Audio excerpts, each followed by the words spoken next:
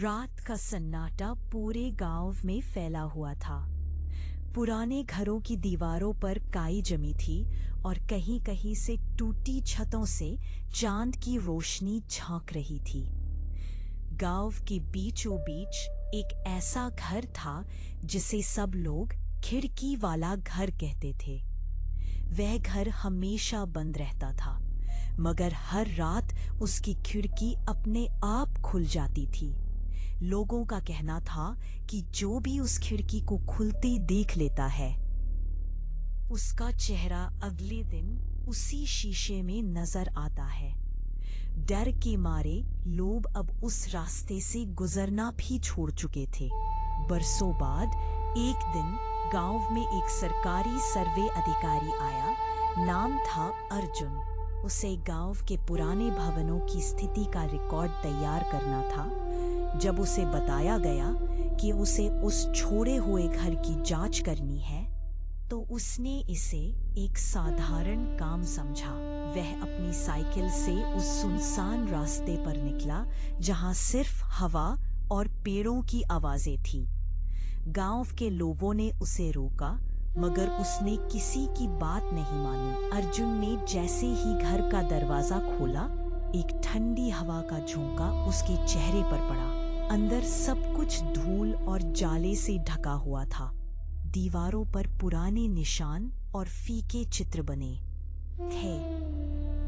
हवा में एक अजीब सी गंध थी, न मिट्टी की न सड़न की, बल्कि किसी रुकी हुई सांस जैसी। कमरे के बीचों बीच एक पुरानी लकड़ी की खिड़की थी जिसे हल्की रोशनी छनकर अंदर आ रही थी। ऐसा लग रहा था जैसे कोई अदृश्य ताकत अंदर बाहर जा रही हो। अर्जुन खिड़की के पास पहुंचा।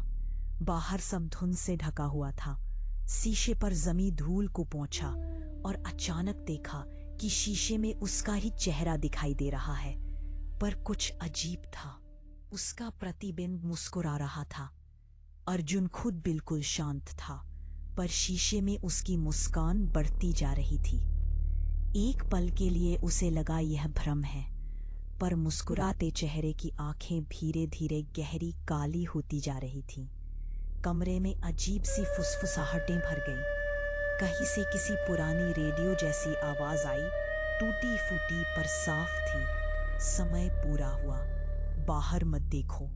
अर्जुन ने मुड़कर देखा तो पुराना रेडियो कोने में रखा था, लेकिन वह बंद था। हवा तेज हो गई और खिड़की अपने आप खुल गई। अब दीवारों पर अंधेरे से बने धुंधले चेहरे नजर आने लगे, मानो कोई बहुत सारे लोग अंदर फंसे हों। उनके बीच एक हल्की बच्चों की हंसी गूंजने लगी। अर्जुन को ऐसा लगा जैसे किसी ने उसके दिमाग में कोई दृश्य भर दिया हो। उसके सामने पुराने दिनों की एक झलक उभर आई। उसी घर में एक औरत अपने छोटे बच्चे को पुकार रही थी। बाहर से किसी की आवाज आई, बहुत मीठी, बुलाने वाली। बच्चा बाहर भागा और फिर कभी वापस नहीं आया।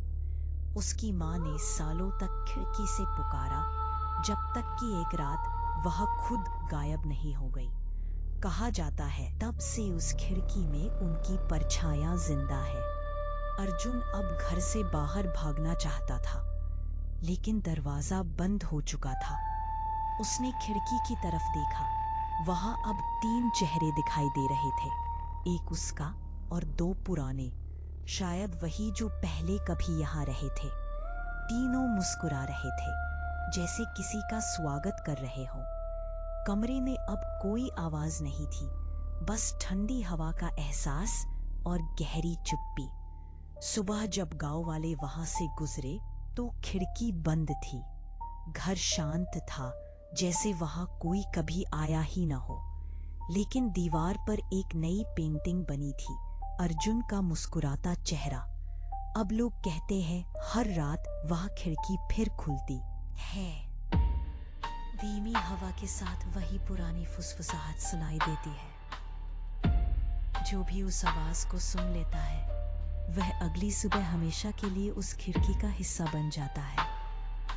अगर किसी रात आपकी खिड़की अपने आप खुल जाए, तो उसे बंद मत करना।